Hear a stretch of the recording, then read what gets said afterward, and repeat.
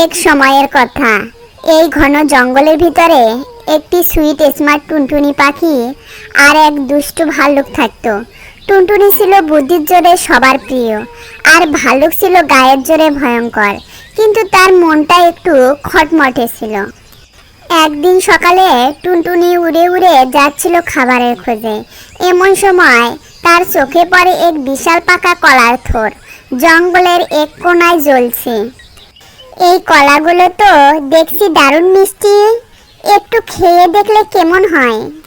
টুনটুনি জানতো এই কলাগুলো ভাল্লুকের প্রিয়, তাও সে একটু সাহস করে একটা কলা টেনে খেতে লাগলো। হঠাৎ ঝোপের আড়াল থেকে বের হয়ে এলো সেই বিশাল ভাল্লুক। সে গর্জে উঠল, এই আমার কলা খাচ্ছিস, তোকে এখন শায়েস্তা করব। ভাল্লুক ভাই, আপনি তো এত বড় আর আমি ছোট একটা পাখি, আপনি কি সত্যি আমাকে এতটুকু ব্যাপারে শাস্তি দিবেন? তা ঠিক, কিন্তু তুই চুরি করেছিস, এর একটা শাস্তি হওয়া দরকার। তাহলে একটা খেলা খেলি, যদি তুমি যেতো আমি তোমার কাছে থাকবো, আর যদি আমি জিতি তাহলে তুমি আমাকে ছেড়ে দিবে। ঠিক আছে, রাজি। কি খেলা? খেলার নাম হচ্ছে কে বেশি বুদ্ধিমান। প্রথম চ্যালেঞ্জ হলো কলার পাশে রাখা এই ফাঁদে না পড়ে যে কলা খেতে পারবে সেই জিতবে।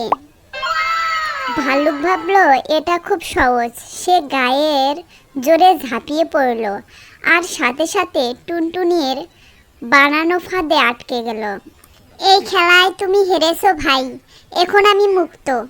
তুই বড় চালাক রে, আমাকে একবারে বোকা বানালি। ভাল্লুক ভাই, গায়ের জোরে সব হয় না, বুদ্ধিও দরকার আছে। আমি ছোট্ট হতে পারি, কিন্তু বুদ্ধির জোরেই আমি টিকে আছি। তুই ঠিক বলেছিস, আজ থেকে আমি আর কাউকে ভয় দেখাবো না, বরং সবার বন্ধু হব। সেই দিন থেকে টুনটুনি আর ভাল্লুক হয়ে গেল পাকা বন্ধু। জঙ্গল জুড়ে ছড়িয়ে পড়ল তাদের বন্ধুত্বের কথা। টুনটুনি তাকে শিখিয়ে দিল ধৈর্য আর বুদ্ধির মর্ম, আর ভাল্লুক তাকে শিখালো সাহস আর সহানুভূতির শক্তি। জঙ্গলটা বদলে গেল আর সবাই মিলেমিশে হাসি আনন্দে থাকতে লাগলো। বন্ধুরা, লাইক করো, কমেন্ট করো এবং সাবস্ক্রাইব করো।